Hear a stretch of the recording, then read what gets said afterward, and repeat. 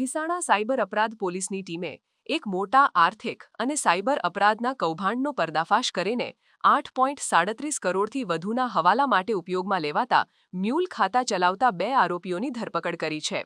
ઝડપાયેલા આરોપીઓમાં હિતેશકુમાર રાવળ અને પિયુષ પટેલનો સમાવેશ થાય છે, જેમણે કમિશન એજન્ટની પેઢીના નામે બેંક ખાતું ખોલાવ્યું હતું. પોલીસ તપાસમાં બહાર આવ્યું છે કે એપ્રિલ 2024થી નવેમ્બર 2025 સુધીના સમયગાળામાં આ શંકાસ્પદ ખાતામાં કરોડો રૂપિયાનું ટર્નઓવર નોંધાયું હતું. પોલીસની પ્રાથમિક તપાસમાં ખુલાસો થયો છે કે આ બેંક ખાતામાં જમા થયેલી રકમ દેશભરમાં વિવિધ સાયબર અપરાધનો ભોગ બનેલા લોકો પાસેથી છેતરપિંડી દ્વારા મેળવવામાં આવી હતી. આરોપીઓ સાયબર ઠગ ટોળીઓને આ ખાતું કમિશનના બદલામાં વાપરવા આપતા હતા અને બદલામાં મોટો આર્થિક લાભ મેળવતા હતા. આ મ્યુલ ખાતાનો સીધો સંબંધ બેંગ્લોર, પટના અને મધ્યપ્રદેશ સહિત દેશના 7 જુદા જુદા રાજ્યોમાં નોંધાયેલા સાયબર છેતરપિંડીના ગુનાઓ સાથે હોવાનું સામે આવ્યું છે. આરોપીઓ આ રકમ તાત્કાલિક ઉપાડી લેતા હતા, જેથી પોલીસને નાણાં ટ્રેક કરવામાં મુશ્કેલી પડે. સાયબર ક્રાઇમ પોલીસે આરોપીઓ વિરુદ્ધ ભારતીય ન્યાય સંહિતા હેઠળ છેતરપિંડી અને ગુનાહિત કાવતરાની સંબંધિત કલમો લગાવીને કાયદેસરની કાર્યવાહી હાથ ધરી છે.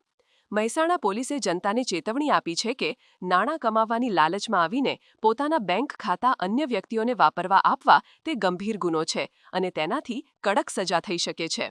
પોલીસે હવે આ જાળમાં સંડોવાયેલા અન્ય આરોપીઓ અને આ કૌભાંડના મુખ્ય સૂત્રધારો સુધી પહોંચવા માટે ઊંડાણપૂર્વક તપાસ શરૂ કરી છે અને આવા અન્ય મ્યુલ ખાતા પર ચાંપતી નજર રાખી રહી છે. આ એકાઉન્ટની અંદર તપાસ કરતા જાણવા મળ્યું હતું કે કુલ 8.5 કરોડ જેટલી રકમના તેની અંદર ટ્રાન્ઝેક્શન્સ અત્યાર સુધી થયેલા છે અને કુલ 7 અલગ અલગ પ્રકારના અલગ અલગ રાજ્યની અંદર જે ગુનાઓ આચરવામાં આવેલા છે, જેની અંદર ડિજિટલ અરેસ્ટના ગુનાઓ પણ છે, જેની અંદર સેક્સટોર્શન એટલે કે ન્યૂડ વિડીયો બતાવી અને લોકો પાસેથી જે બ્લેકમેલ કરી અને નાણાં પડાવવામાં આવતા હોય છે, તેવી પ્રવૃત્તિઓના સાયબર ફ્રોડના રૂપિયા પણ એની અંદર આ એકાઉન્ટમાંથી પ્રોસેસ કરવામાં આવેલા હતા. પોલીસે આ અંગે ગુનો દાખલ કરી અને અત્યારે હિતેશભાઈ અને પિયુષભાઈની અટકાયત કરેલી છે અને ગુનાનું આગળનું ઇન્વેસ્ટિગેશન ચાલી રહેલું છે.